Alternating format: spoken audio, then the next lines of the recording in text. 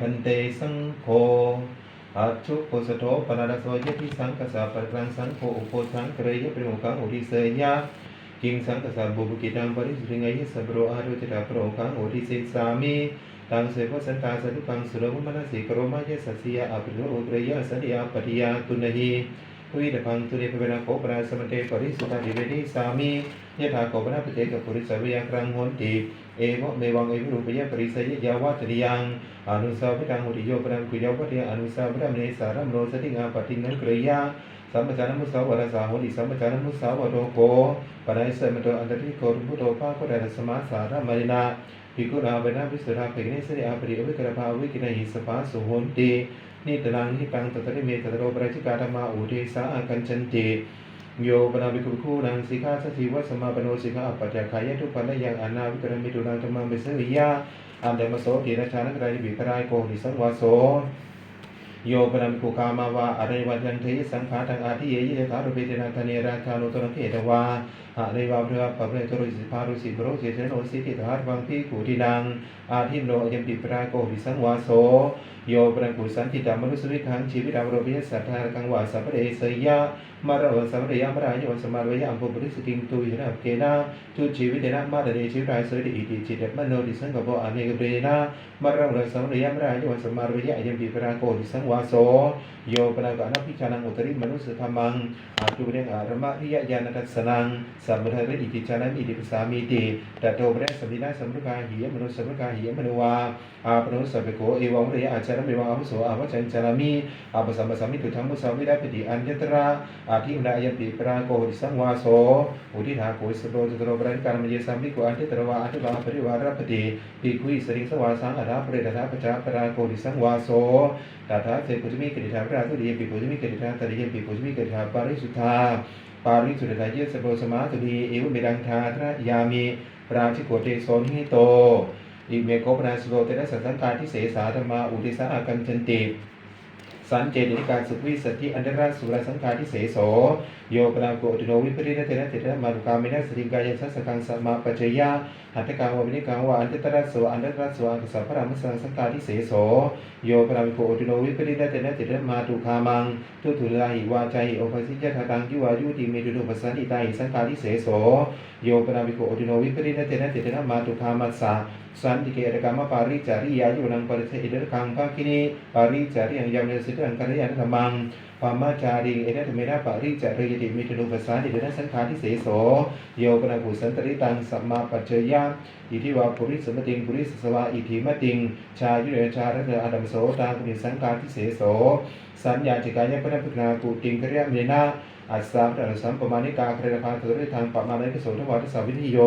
สุขาแถวดาที่การเสด็จตราภิกขุอาภิริภาวัตุเทสะติหิภิกขุวัตุเทสภาอรวังสัตตริกำลังสารเพเทภิกขุวัตุเจอปริกามเนสัญญาจิกายะกุติงกริยะภิกขุอานาวิยะวัตุเทสะปมาโนอาริเวสังฆาทิเสโสมาลกัมราภิกขุอาภิหารังกริยะเมนะสัสสาเป็นอนุสัมภิกขุอาภิริภาวัตุเทสะติหิภิกขุวัตุเทสภาอรวังสัตตริกำลังสารเพเทภิกขุวัตุเจอปริกามเนมหาลกังวิหารังกริยภิกขุอริยะวัตุเทสยสังฆาทิเสโสโยปนาภิกขุภิกขุโตโรโสอัปโรอมูลเกนะปราเกนะธรรมะอรุณเสยอภิวนามังอิมังอาภามจาริยันติตัตโตเรศสัมมินะสัมรุกาหิยมนุสัมรุกาหิยมโนวาอามูลกันเจวตังตรงโหติภิกขุจนสังปฏิทิสังฆาทิเสโสโยปนาภิกขุภิกขุโตโรโสอัปโรอันนปากิสาริสัจจิเทสังเวสมุทปัญญาปราเกนะธรรมะอรุณเสยอภิวนามังอิมังอาภามจาริยันติตัตโตเรศสัมมินะสัมรุกาหิยมนุสัมรุกาหิยมโนวาอันนปากิยเจวตังตรงโหติโกจิเทโสเดสโตปฏิโนภิกขุทุทังปฏิทิสังฆาทิเสโสโยปนานุสมัคตสังกษาเพระพระกเมยะเพระสังวัติกาวาอธิกรังสัมมาทิปกิหาติเทยะโสภิกขุภิกขุเอวมสาวัจจนิยมสมาสังกษาสังกษาเพระพระกมีเพระสังวัติกาวาอธิกรังสัมมาทิปกิหาอัฏฐาสิสัมเมติสมาสังเคนะสัมมาโคสุสัมโมทัมโนวิวัฒามโนเอกโสภาสุรติติเอวันจะโสภิกขุภิกขุจำนวนเอโสภิกขุภิกขุยาพระสวัสดิโพธิสัพพิสขยะยาวินเจสวัสดิยะมรณปฏินิสัตเตนะกุศลเตปะเดนิสัทธาทิเสโสตัสเสวะโคปนะภิสโกโหติอนุวัตกาวะเอโกวาทวีวะเดวะเทเอวังวะเทยุงมาสุเอธรรมิกุงิเจอาวะธรรมเดโสภิกขุพิเนวเดโสภิกขุอัมหากะโสภิกขุจัจจารุจอาทายะวหารติชานิโนภาสิอาภากัมเปตังขามติติเดภิกขุภิกขุเอวะมัสสุวัจจนิยา มาสุเอวะอาวะนิโสภิกขุนาทิโสภิกขุเรวาทีมาไอสปาเนปิสังฆเปโทรุริทัสสะเมริสมรณสังเขนาสัมมากุโสสัมโมทัมโรเอวะทัมโรเอกุโสภัสสุราติติเอวันจเตภิกขุภิกขุสราเถวปากานิยุงเทภิกขุภิกขุยาวยังสวัสดิปาตัสสะปริสัญญายาวเดนเจสุราสียะมรณังปรินิสัจเทยุงอิดังกุสันโนเจปรินิสัจเทยุสังฆาทิเสโสภิกขุปเนวะทุกขเจตโกโหติโอเทสริยาปริสิตาเดภิกขุสาธรรมิกังพุทโธอาตังอาวเรโกติมามังไอโซนจิอาวุธาการเลวะปากวะอาหัมปายิสเปตินิติวะขามิการเลยานวะปากวิรมัฏฐายิสมโตมะมะวะจานิโสภิกขุภิกขุเอวะสัพวะจเนยุสมาตนะอาวเรกาสีวะจนีเมวะอยิสมาตังกโรตุอายิสมาภิกขุวะเตตุสาธัมภิกขุปีอายิสบังวะทิสาธัมเอวังสังวะทาหิตาสัพโรปริสายะทิสังอัญญมัญญวะเดอัญญมัญญวะถาเดนาติเอวันจะโสภิกขุภิกขุตุโรเถโสภิกขุภิกขุยาวรังสรวะสิโพติสัพพิสเกยะยาวรังเจสรวะสียะมรังปะเดนิสาเดรังกุสโนเจปะเดนิสาเดสังฆาทิเสโสภิกขุปเนวะอัญญตรังคามังมุตตะอุปนิสยะวิหารติกุรุสโคปะปัสสมะตโรจะสโคปาปะกาสมตาทิสุรานิจัตเตนะทุฐานิทิเตวะสุริโสภิกขุภิกขุเอวะมะสาวิโยอายิสมาโคกุรุสโคปัสสะอายะสมโตโขปาปะกาสมัจราทิสุรานิจามตาทุฐานิทิเตวะสุริภุเนสมาอิมหาวัสสะอรุเดเสนาติเอวังจะโสภิกขุภิกขุอุตโรเตภิกขุเอวุเรยะฉันนะคามเนจะภิกขุโทสคามเนจะภิกขุโมคามเนจะภิกขุปัญญคามเนจะภิกขุทาทิเสียอาปะเอกจังภะเอกจังภะเนติโสภิกขุภิกขุเอวะมะสัพวะจเนโยสมาเอวังอภัตตภิกขุฉันนะคามิโนและภิกขุโทสคามเนจะภิกขุโมคามเนจะภิกขุปัญญคามิโนอายิสมาโคกุริสโคปัสสะอายะสมโดโขปาปะกาสมดาทิสุรานิจาตาทุฐานิทิเตวะสุริภุเนสมาอิมหาวัสสะอรุเดเสนาติเอวังจะโสภิกขุภิกขุอุตโรเถโสภิกขุภิกขุยาวะสรวะสิโพติสัพพิสเกยะยาวะเจสรวะสียะมรณังปรินิสาเทนังกุสลังเจปรินิสาเทสังฆาทิเสโสอุทิฏาโกสมุตเตนะสังฆาทิเสสาธรรมานวะปะระปฏิกาตโรยุเนยิสัมภิกขุอันทิวะอันตราวะยาวะติหังชนะปฏิชาเทติตาวะติหังเทระภิกขุณอากามาปาริวัฏังปริวัฏฐาปริวิเสนะภิกขุณอุตริงชาระตังภิกขุมานะตายะปฏิปฏิวังจินะมานะโตภิกขุเยถาธิดาวีสติกโรภิกขุสังโฆตัสสะโสภิกขุโพเอเกนะปิเจอุโนวีสติกโรภิกขุสังโฆตังภิกขุวิเยโสจะภิกขุอานะเรจะภิกขุเรียอิสามิติตัทธาเตปุจมิเกติดาพระตุติยมปีปุจมิเกติดาพระตติยมปีปุจมิเกติดาปริสุทธาปริสุทธาเยสโรสมาตุนีเอวุเมตังธาระยามิสังฆาทิเสสุริโสนิโตอิเมโคปราสโตทเวอนิยาธรรมสะอัมจันติโยปนัมภูมาตุคาเมนัสเอโกเอกายะโหปฏิทิเนอาเสอรังนิจังกปเยตเมนังสัทเถยวะสุปฏิกาทิสวาตินังธรรมานังอรุณทิยปราณิสังฆาทิเสนวาปาจิวานิสัมภิกขุปฏิทันโนตินังธรรมานังอาริกเรโพปราณิสังฆาทิเสนวาปาจิเอวสาสัทเถยวะสะอุปสกาวัฏเทเนติเนสุรุโพอายะโมนิโดนาเหวังโคปราปฏิชนะอาสนังโหตินารังกมิยังอารันตโกโหติมารุขมังทุติมาวาจิอุปสิตุมโยทถารุเวอาสเนมารุคามนิเสเอโกเรโหนิสังกปเยตเมนังสัทเถยวะสุปฏิกาทิสวาทวินังธรรมานังอาริเทยะสังฆาทิเสนวาปาจินิวานิสัมภิกขุปฏิจารโนทุพินังธรรมานังอาริตโกสังฆาทิเสนวาปาจินิวาสาสัทเถยวะสะอุปสิกาวัฏเทเนเตสุรุโพอะยัมปิธโมทิโตอุทิฏฐาคุสัมโตทะเวนิธรรมาตัทธาเตปุจมิเกติดาพระตุติยมปีปุจมิเกติดาพระตติยมปีปุจมิเกติดาพระฤทธา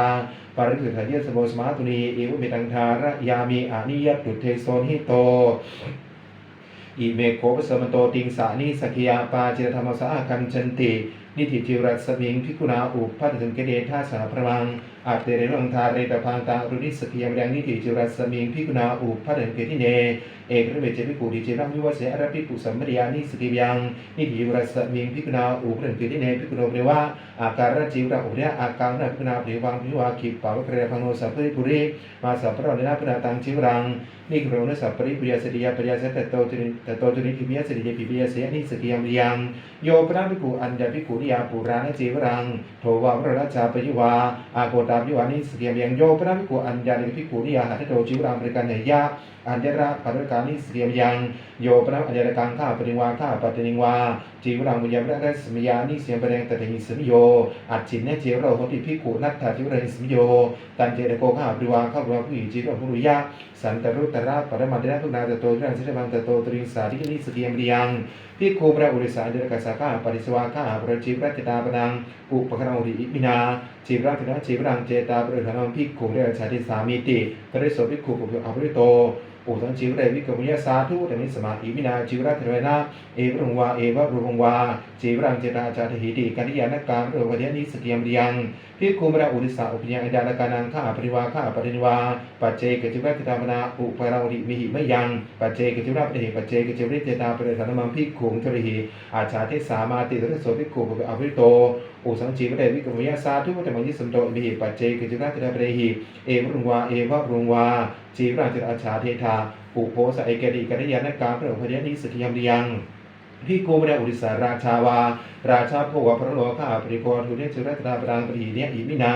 จีวรัตนังจีวรังเจตาปริธรรมพิกุราชาเทหิติโสติรังพิกุอุปสังกมิตวาเอริยะอีทางโขบันเตอิสังอุทิสาจีวรัตนาปรังอภรังเบกานะตุเยสมาจีวรัตนาปริเตนะปุนาโสโตอิภมสาวิโยนาโขมยาโอโสจิรัตนาปรังปริคันมาจีวรัตนาโขมยามปริคันมาการเรปิเนติโสติรังพิกุเอริยะอาทิปรังดุปฏิวิยาวหรือจีวรัตเกนะพิกุเวพิกนาวิยาวโรนิสิตโพอาระเอโสโพอาวุโสพิกนาวิยาวโรติโสเจตุตตังวิรังสัญญาเปเดวตังพิกุอุสังกะเอริยะยังโขบริสมาวิยาวกรังนิติสันโตโสมยาอุปสังวิสมาเกรนะจีวเรนะตังอัฏฐาเทสริติจีวรัตเกนะพิกุเวพิกนาวิยาวโรอุปสังกมิตวาทุวิติงตัวเรนภาษาเรนภอัตโถเมอัลโสชีวเรนติทุวิติงตัวเรนภาษาเรมโรตังชีวรังทิยาอิดังกุสังโนเจภาทิยาจัตุโกโรเบตกะตุงจักตุรังตุเรโกโรอุริสัตปัญจัตุโกโรเบตกะตุงจักตุรังตุเรโกโรอุริสัตติทัพมโรตังชีวรังทิยาอิดังกุสังโนเจภาทิยาตะโตเรงวาเยภมโรตังชีวรังพิภาทิยานิสเกียมเรียงโนเจอภิเทภาเรยัสสะชีวรัตตาปราอภดังตถาสัมวากันวังทุตวะเปตโพยโคตุมเหไอโสภิกขุอุสสะชีวรัตปรินิธานาฏสาพิดุกิจิอาถาอนุโพติยุนชันดายิสมโตสกังวสกังเอสามีจิจีวรวะโคปัทโมโยพระมิโกโกศิยมิสกังสรังกระเบียนิสเกียมยังโยพระมิโกสุตตะการะเอระกรวสรังกระเบียนิสเบียงนาวพระภิกขุนาสรังกระเมทเวภาคาสุรเอระกรอาราภาตยังโอทรังจุรังโคตินินังอานาธาเจปุเวภาเกสุรเอระกรนังตติยังโอทรังจุรังโคตินินังนวังสรังกระเบียนิสเกียมยังนามวพระกุณสนังการเปตวาชพัสนิธาเรพังโอเรเดชนังวาสานังตังสารตังวิสัทเทตวะวิสัทเทตวะอันเนวาสนังการเปยะระภิกขุสมยานิสบิยัง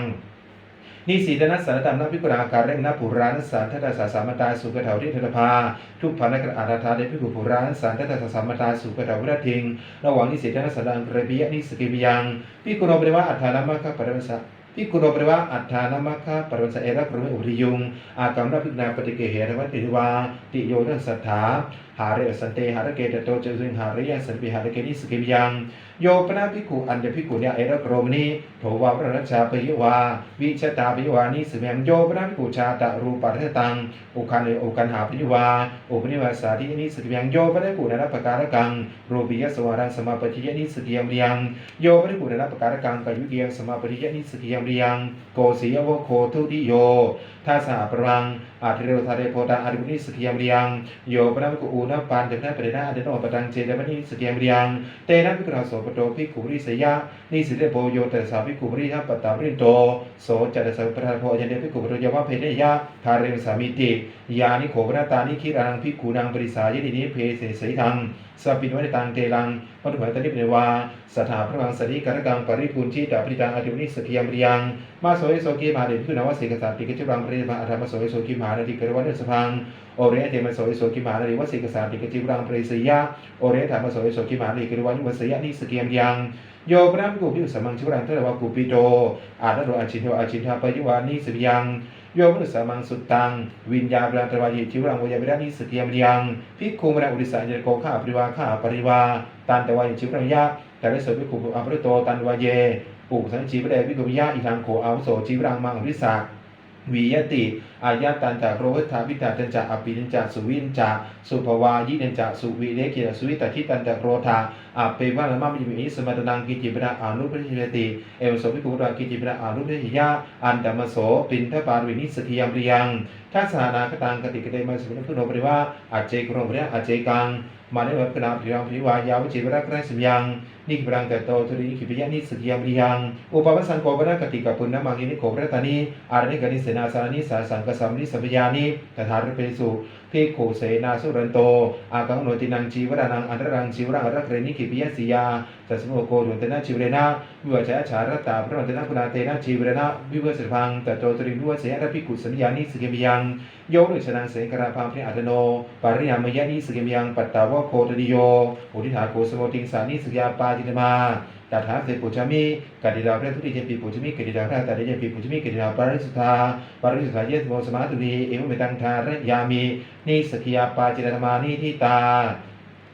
ยีเมโคสมโตทเวนวุติปาจิตธรรมาสาคัญชันติสัมปทานมุสาวาเทปาเจงโอมัสวเดปาเจงพิกเวสุเยเปเรงโยปนะพิกอนุปสัมปนังปัสวาเทปยังโยปนะพิกอนุปสัมปนาอุตริทวีรสาสยังกับเปยยังโยปนะพิกมานุคามนัสสาสยังกับเปยยังโยปนะพิกมานุคามนัสสาอุตริจปัญจวาเทธรรมังเทเสยรัมินาปุริสวิเขรยังโยปนะพิกอนุปสัมปสาอุตริมนุสอารยภูตุสมิยังโยปนะพิกภิกษุสาทุกอาปริอนุปสัมปนัสสาอารยะรภิกขุสัมมริยายังโยปนะพิกปัตวิงคเนยวาขานาปยุอปริยังมุสาวัฏโภโคปัตโม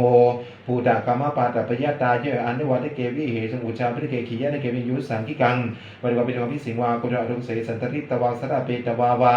ตังโพโรเดวะตุเรตุตราปิอนาปุจังวาคัจเฉยยังโยนสังเกวิหาเรเสยังสันตริตวาสระเปตวาวา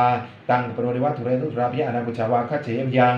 โยนสังเกวิหเรนชานังปุปุรังภิกขุรุญญาเสยังกปิยะเยสสัมปัทโทภุวิสิโสปะกมิสติติเอเทวะปัญญังคริยมยังโยปนะภิกขุภิกขุกุปิโต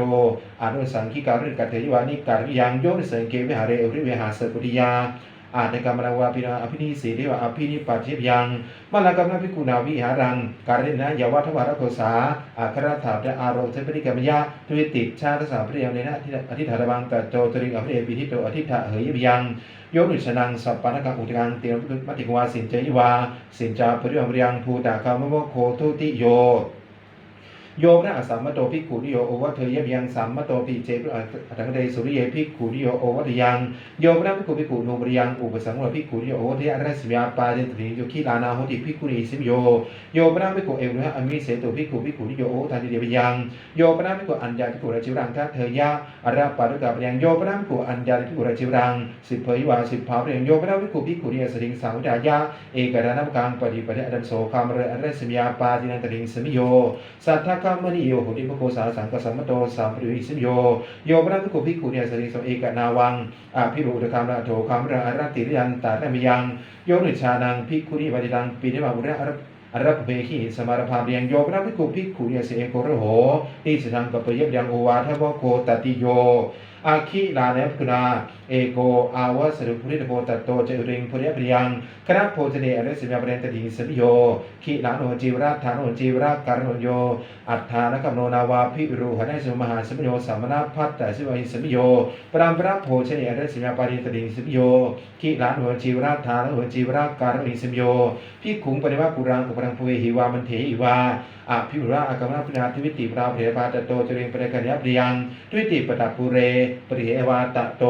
นิเรภิวิสัติงสังวิภาชิสามิติโยพระภิกขุพุทธาวีภวริโตอนัตตังขาทิอุปนวาคาทิวาภูทิยังโยพระภิกขุภิกขุพุทธาวีภวริตังอนัตเตนะขาทนีเยนวาโพทิเนภิอุริยะหันทภิกขุขาทวาภูนชาวติอาสาทนาภิกขุปูริสมิยังโยพระภิกขุวิกาเร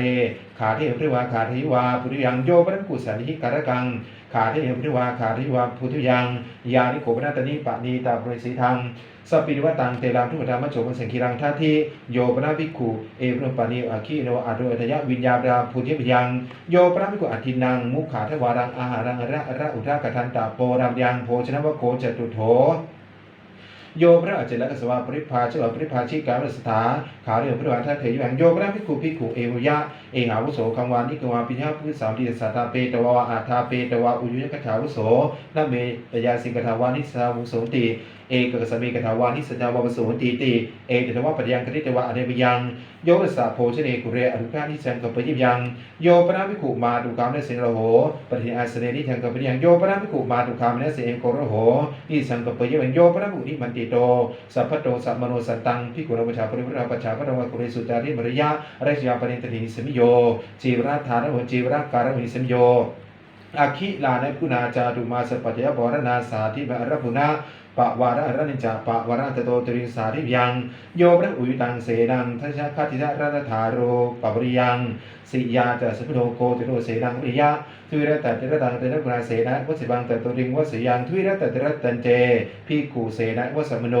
โอโยทิกังวพระงาเสนาพยุวะอานิครวาคัจฉิยพยังอาเจระกะวะโคปัญจโมสุราเมรยปริปยังอังคุริปรุแกงอุทะเกหัสเวอนาเรนโยปนาวิกุภิกขุพิงสาพิยังโยปนะอคิโนวิสีปนาเปโคทุริสมานะเหยวันสมณหาปยิวาอรัตถาโรปริยัง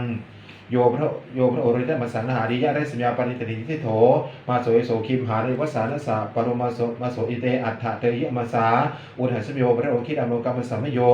อัฏฐานังโรวาตาวิสมณวะพระพิกุณาจิราราเพนะตินังทุพพนการนานังอันดังทุพพนกรังอาตบังนิวังกัตวังกัสอานาธาเจภิกขุตินังทุพพนการนานังอันดังทุพพนกรังนวังจีวรังปริมุนิยังโยพระภิกขุภิกขุสวาภิกขุเรสิกะมราสามเณ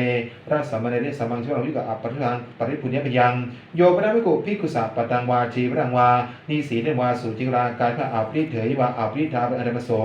หาสาเปโคภิวังสุราพระวโคชโถโยพระสันติตาปานังชีวิตาโวโรพระยังโยมิสนังสปานกังอุทกังปริปุญญพยังโยนิสนังยะถาธรรมังนีหาตาเรปุณกรรมยะอุโกยังโยปนาภิกขุภิกขุสัจนังทุลอาปติงปิริยังยุโรชนังอูระวีสิรปุคลังอุปสัมปาริยโสริภอนุปสัมปโนเตจภิกขุกระยาอิทังตสมิยัง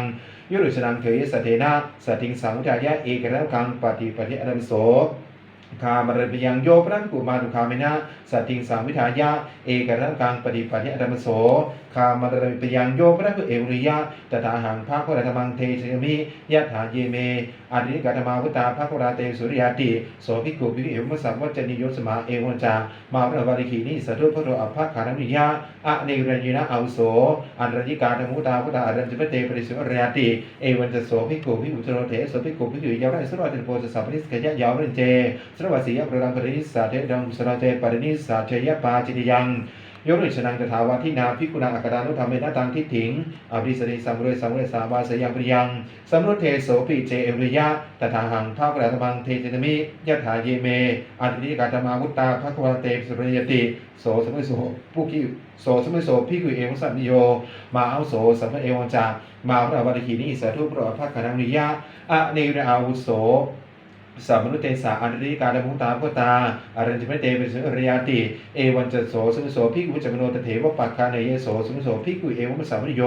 อาชาตะเกเตโสสมุเตวโสภวสถาอัปปะทิสิโพยัมปิจันเยโสสารปิภิสัตถิงทวีรตาตรังสายสาปิเดนะทิจาระเปรมสันติโยพระชนะกฐานาสิตังสัมสอุปราพระอุปถาภิวาสัมปุเรสาวาสยังปริยังสัปปานโมโคสัตตโม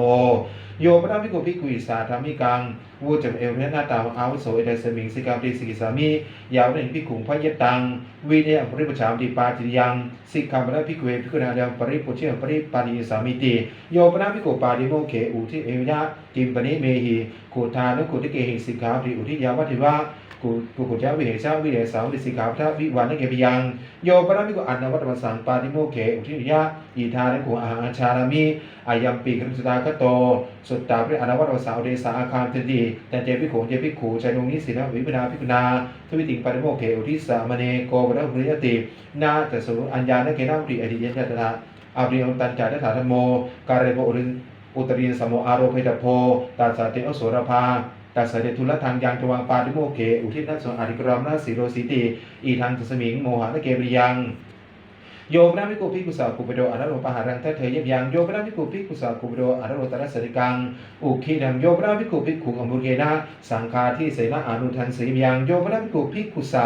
สันจินจากูดังพระอิติสามนุภาสุวิสติเอเตว่าเป็นยังริยังโยปนาภิกขุภิกขุดังพันธนาชาดนังกระอาชาดนังวิวาระอุปติงติเทยยังอิเมหุติตังโสสามิติเอเตว่าเป็นยังริยังโยกโนธรรมิกานังกรรมนังฉันทันรุปปัจฉา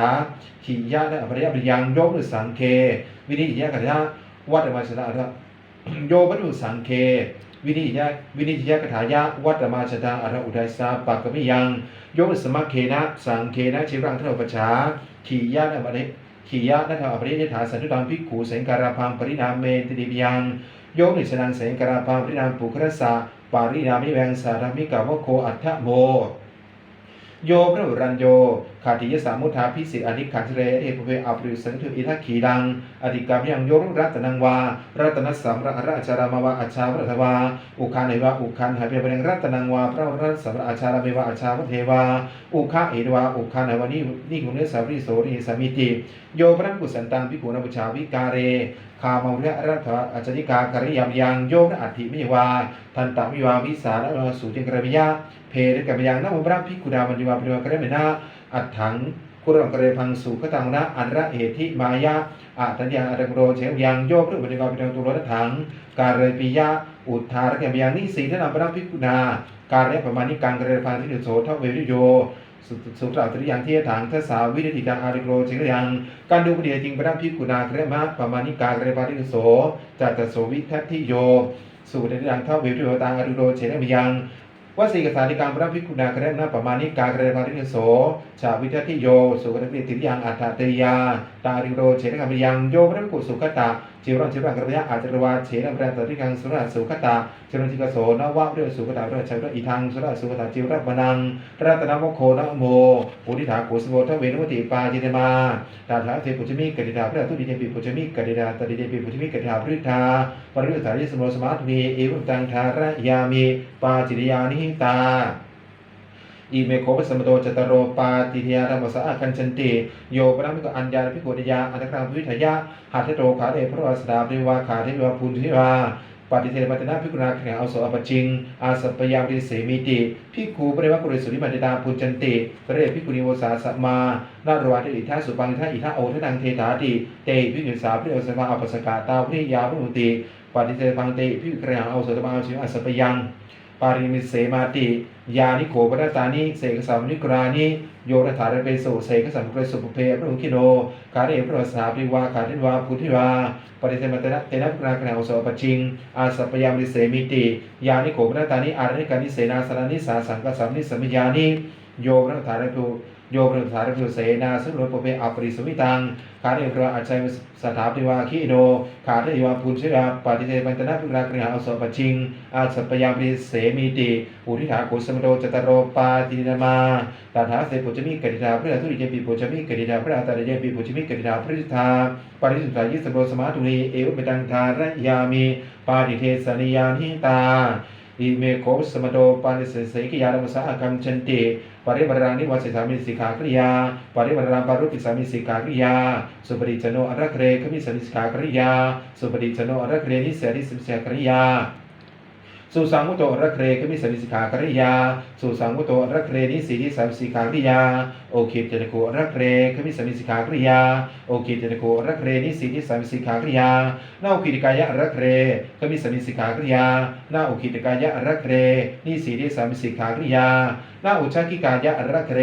ขมิสมิสิกากริยานาอุชักกิกายะรักเรนิสีนิสมิสิกากริยานาอปัสสโทรักเรขมิสมิสิการิยาอปัสสโทรักเรนิสีนิสมิสิการิยานากายปัจจารกังรักเรขมิสมิสิการิยานากายปัจจารกังรักเรนิสีนิสมิสิการิยานาปะหุปัจจารนาปาหุปัจจารกังรักเรขมิสมิสิการิยานาปาหุปัจจารกังรักเรนิสีนิสมิสิการิยานาสีสัพปัจจารกังรักเรขมิสมิสิการิยานาสีสัพปัจจารกังรักเรนิสีนิสมิสิการิยานาคัมภกโตรักเรขมิสมิสิการิยานาคัมภกโตรักเรนิสีนิสมิสิการิยานาโอกุติโตรักเรขมิสมิสิการิยานาโอกุติโตรักเรนิสีนิสมิสิการิยานาอุกุติกายะรักเรขมิสมิสิกาการิยานาปลัตติกายะรักเรนิสิติสมิสิกาการิยาฉัพพีติสารุปาสักกัจจังปินทปาตังปริเกสมิสิการิยาปัตตสัญญีปินทปาตังปริเกสมิสิการิยาสามาสุปกังปินทปาตังปริเกสมิสิการิยาสมัติติกังปินทปาตังปริเกสมิสิการิยาสักกัจจังพระพุทธิสมิสิกาปัตตสัญญีพระพุทธิสมิสิการิยาสัปปะทานังพระพุทธิสมิสิการิยาสัมมาสุปกังปิณพุทธิสมิสิการิยานาถูกโตโอมัตถิตวาปิณพุทธิสมิสิการิยานาสุปังวา พยัญชนะโอเทปฐาเทสามิพิโยกามระวันสิการิยานาสุวาโอทนาคีโนอโดทยะวิญญาณพุทธิสมิสิการิยานาอุจาระสติปริสัมปตังโอโรเกสมิสิยานาติพนังเการังกริสมิสิการิยาปาริบารังอโรปังกริสมิสิการิยานาอนาหเตกะเรมุขารวังวิรัสมิสิการิยานาพุญชะมโนสภาธรรมเขปากีวิสมิสิการิยานาสักเรนะโมเขระพยาริสมิสิการิยานาปินดุเขรังพุทธิสมิสิการิยานาเการาวเฉตกังพุทธิสมิสิการิยานาอวคาตกรังพุทธิสมิสิการิยานาฐานิทุกังพุทธิสมิสิการิยานาสิทธากรังพุทธิสมิสิการิยานาจิวหานิจฉารกังพุทธิสมิสิการิยานาจัปโพดุกรังพุทธิสมิสิการิยา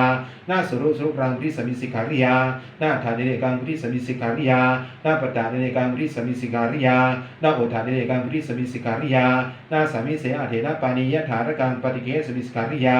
นาสสิทธิกังปัตโถระอรเกเรชเดสมิสิกาการิยาสมาติงสาโพธนาปสังยุตตา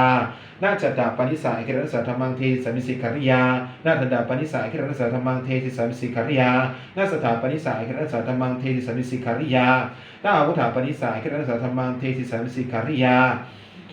นาปาทุการุรสาคิรันสัทธมังเทสมิสิการิยานาอุปหานารุรสาคิรันสัทธมังเทสมิสิการิยานายานกษาคิรันสัทธมังเทสมิสิการิยานาสยานกษาคิรันสัทธมังเทสมิสิการิยานาปลติกายนิสินสาคิรันสัทธมังเทสมิสิการิยานาเวทิริสาคิรันสัทธมังเทสมิสิการิยานาโอคุนติตสีสาคิรันสัทธมังเทสมิสิการิยานาฉามายานิเสอาสเนนิสินสาคิรันสัทธมังเทสมิสิการิยานานิเจอาเซนิสิโอเจอาเซนิสิสาคิรันสัทธมังเทสิสามิสิการิยานาทิโตนิสิสาคิรันสัทธมังเทสิสามิสิการิยานาปะเทนโตขันโตปุระโตขันเถสาอาคิรันสัทธมังเทสิสามิสิการิยานาอุปนะขันโตทินักขันเถสาอาคิรันสัทธมังเทสิสามิสิการิยาโสรสัทธมัเทสนาปริยุตตานาทิโตคือโรตระภาษาวาคริสมิสิการิยานาอดิเตคือโรตระภาษาวาเขรังวาคริสมิสิการิยานาอุทเกคือโรตระภาษาวาเขรังวาคริสมิสิการิยาตโยบกินนกาอุทิถากุสมโตปานเสเสกิยธรรมาตถาเสปุจมิกติธาพระทุติยปิปุจมิกติธาพระตติยปิปุจมิกติธาพฤทธาปริสัริโตสมาตุนีเอมุตังทารยามีเสกิยานิตาอิเมโกสโวสัตถิกรัสมถาธรรมสะอาคัมจันติอุปันเนปันนังอธิรังสมถายะรูปสมายะสัมมุขาวิโยเทโพสติวิโยเทโพอะมูราวิโยโทปติญญารังเยปุสาตสาปาปิสิกาตินวัฏฐานโรติอุรินากุสโวสัตถิกรัสมาธรรมาตถาเสปุจมิกติธาพระทุติยปิปุจมิกติธาพระตติยปิปุจมิกติธาพฤทธาปาริสุทธายะสโมสมาตุนีเอวเมตังทารยามีสัตถิกรัสมถานิตาอุทิถังโกสมโตนิทานังอุทิถาจตโรปราธิกรมาอุทิถาเตระสาสังฆาที่สัมมาอุทิถาทเวริราอุทิถาติงสานิสยาปาจิตมาอุทิถาทเวนวุติปาจิตมาอุทิถาจตโรปาจิยามา